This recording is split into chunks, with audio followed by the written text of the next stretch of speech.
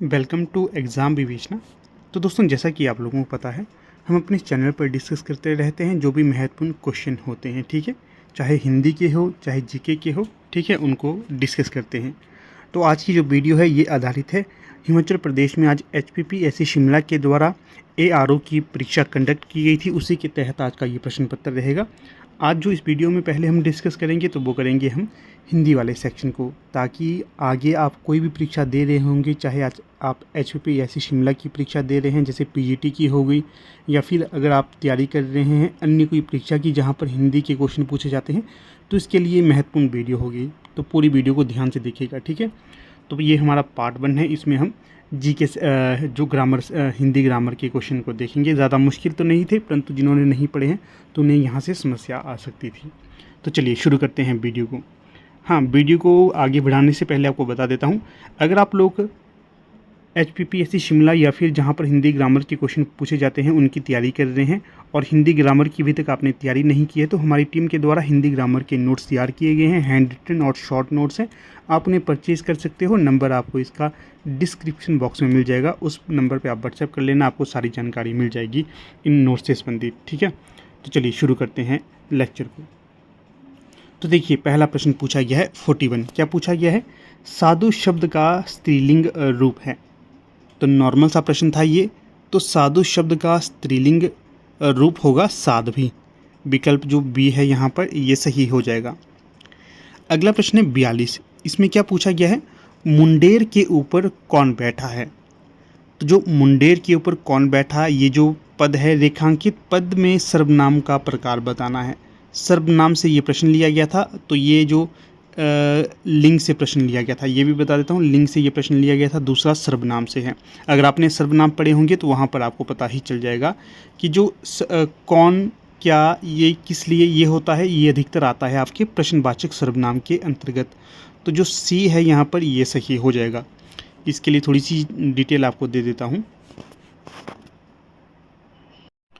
तो यहाँ पर देखिए, इसकी व्याख्या भी दी गई है। प्रश्नवाचक सर्वनाम वह सर्वनाम है जिसका प्रयोग प्रश्न पूछने के लिए किया जाता है। तो इसी से आप आइडिया लगा सकते थे। उदाहरण के लिए, वाक्य में कौन शब्द प्रश्नवाचक सर्वनाम है। आप कौन हैं, ये प्रश्नवाचक सर्वनाम है।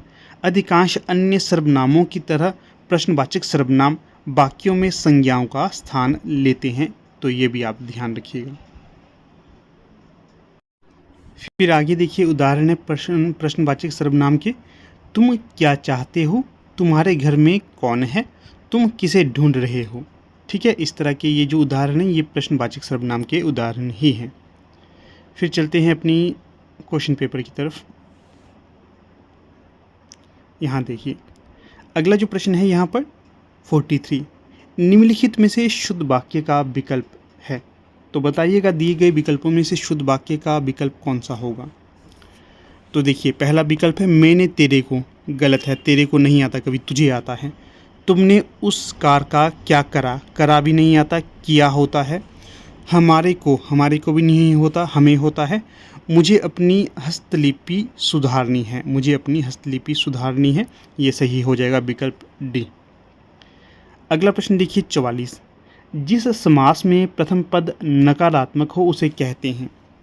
क्या है? जिस समास में प्रथम पद नकारात्मक हो उसे क्या कहते हैं। तो उसे कहा जाता है नज्ञ समास, नज्ञ तत्पुरुष समास कहा जाता है उसे। अधिकतर ये संस्कृत के शब्दों, संस्कृत की लैंग्वेज में प्रयोग में लाए जाते हैं, परंतु हिंदी में से पूछा गया है, ठीक है, तो इसलिए आपने ध्यान रखना है।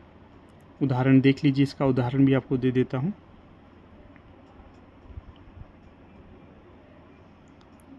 देखिए, लघु सिद्धांत कौमुदी के उत्तर पद प्रधान तत्पुरुष इस सूत्र के अनुसार जिस समास में उत्तर पद प्रधान हो, जिस समास में कौन सा, ध्यान रखिएगा आगे परीक्षा हेतु भी, जिस समास में उत्तर पद प्रधान हो,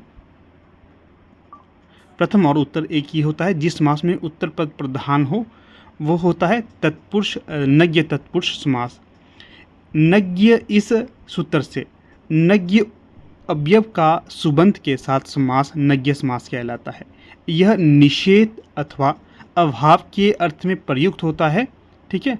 अनुद्वेग कर्म, इस पद में उद्वेग करने का अभाव होता है। तो ये है इसका उदाहरण, इसे आप याद रखिएगा। ठीक है, फिर चलते हैं अपने प्रश्न पत्र की तरफ।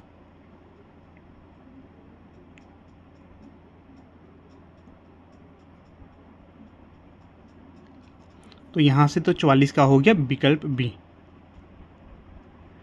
अगला प्रश्न देखिएगा 45। इसमें क्या पूछा गया है? मंगल कामना व्यक्त करने वाला वाक्य कहलाते हैं।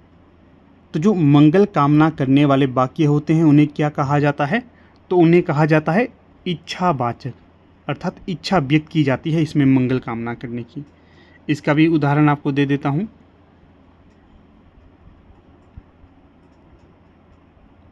देखिए, इच्छा वाक्य उदाहरण यहाँ पर दिए गए हैं।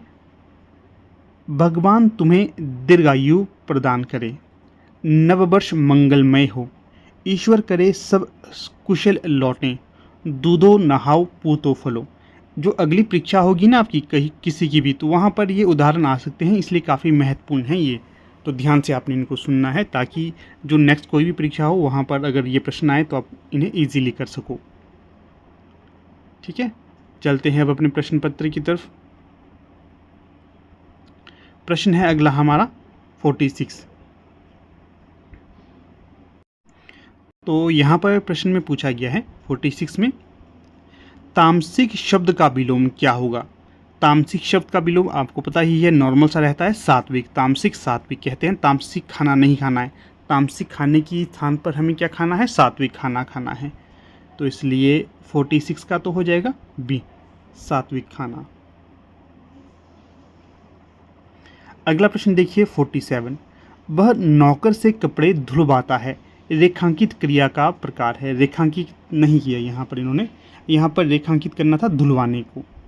वह नौकर से कपड़े धुलवाता है, इसलिए रेखांकित क्रिया का प्रकार है प्रेरणार्थक क्रिया, अर्थात प्रेरणा करवाई जा रही है। मैं कहता हूँ मेरे द्वारा बच्चों को पढ़वाया जाता है, तो यहाँ पर पढ़वाना भी एक तरह से प्रेरणार्थक क्रिया होगी। इसका भी उदाहरण आपके समक्ष देता हूँ।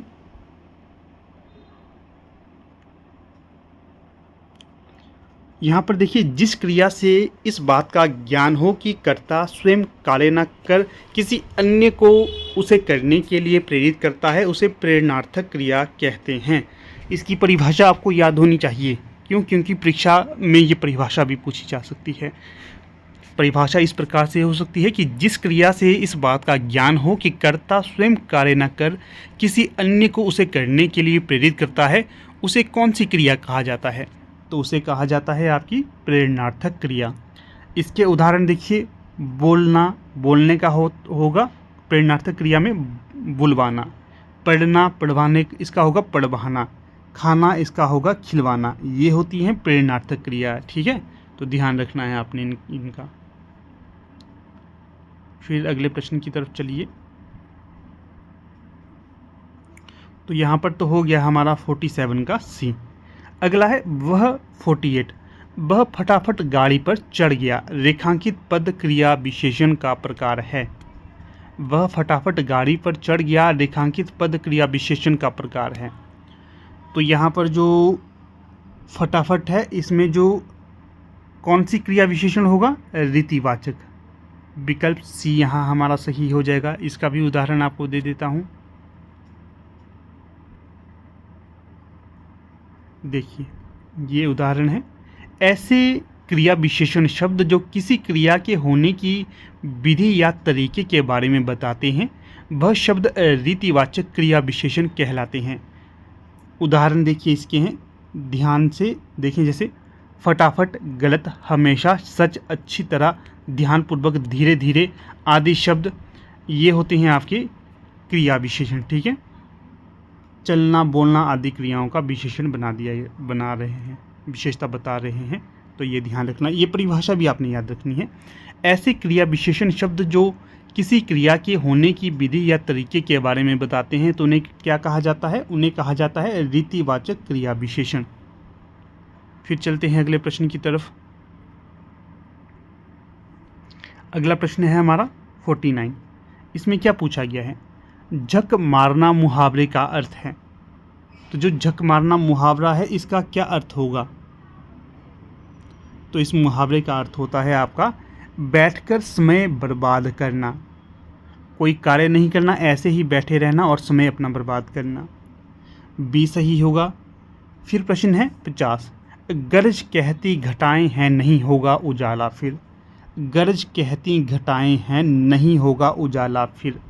तो प्रस्तुत पंक्तियां हैं, यहाँ पर कौन सा अलंकार होगा? तो यहाँ पर एक तरह से किसी के साथ जो जैसे क्या बोलते हैं इसको, मानवीकरण अलंकार होता है, ठीक है।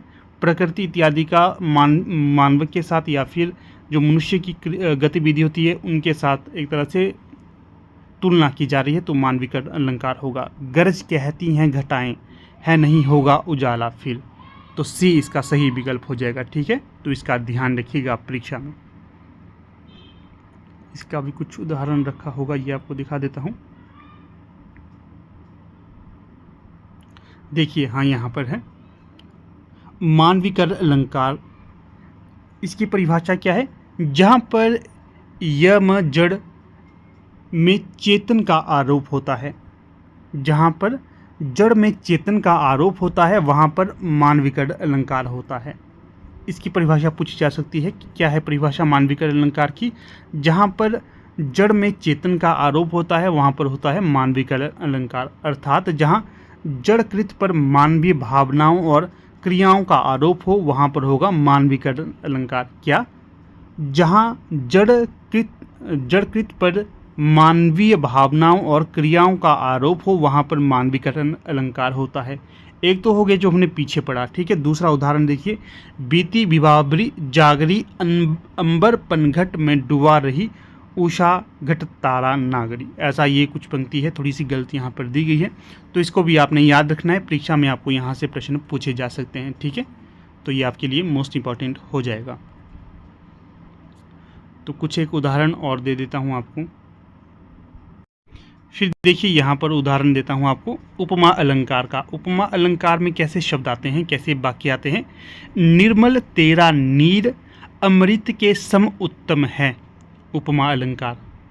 आवत जात कुंज की गलियन रूप सुधा रस पीजे, रूपक अलंकार। तरु पल्लव चंद्रकला से धुरे, उपमा अलंकार। देखी विपुल विकल वैदेही अनुप्रास अलंकार। फिर आगे चलते हैं। फिर यहाँ पर है सकुची सिय मन महु मुस्कानी, स्वाभोक्ति अलंकार है। हाँ तो सुमिरन नाम सुधा रस, रूपक अलंकार है। पारदर्शी वह शीशे की तरह आकाश, यहाँ पर उपमा अलंकार है। दाता भाग्य विधाता से क्या पाते, यहाँ पर रूपक अलंकार होगा। फिर है आगे, एक रम्य उपवन था नंदन बन सा सुंदर, यहाँ पर भी रूपक अलंकार होगा। मानो भास्वार भाव वही हो कविताओं के, यहाँ पर उत्प्रेक्षा अलंकार होगा। गरज कहती हैं नहीं होगा उजाला फिर, पिलके से शतदल, यहाँ पर है मानवीकरण अलंकार, ठीक है। तो इस प्रकार से देखिए, जो प्रश्न हमें परीक्षा में पूछा गया था उसे तो हमने डिस्कस कर लिया, साथ में अन्य प्रश्नों को भी आपके साथ डिस्कस किया, ताकि आप कोई अन्य परीक्षा की तैयारी कर रहे हो वहाँ पर आपको ये प्रश्न पूछे जाएंगे तो आप इजीली इन्हें सॉल्व कर लोगे, ठीक है। तो चलिए अपने क्वेश्चन पेपर की तरफ। तो ये देखिए 50 का सही विकल्प हो जाएगा यहाँ पर सी, ठीक है। तो चलिए अब यहाँ पर अपने वीडियो का समापन कर लेता हूँ। अंत में फिर से कहूँगा, अगर आप हिंदी साहित्य के हस्तलिखित हिंदी ग्रामर के हस्तलिखित नोट्स लेना चाहते हो तो जल्द से जल्द लीजिए। शॉर्ट नोट्स हैं, लगभग 79 या 80 के आसपास इसके पेजेस होंगे। अच्छे से रिवीजन आप इनका करोगे तो आपका यहाँ से प्रश्न बाहर नहीं जाएगा, ठीक है ना। तो चलिए, धन्यवाद।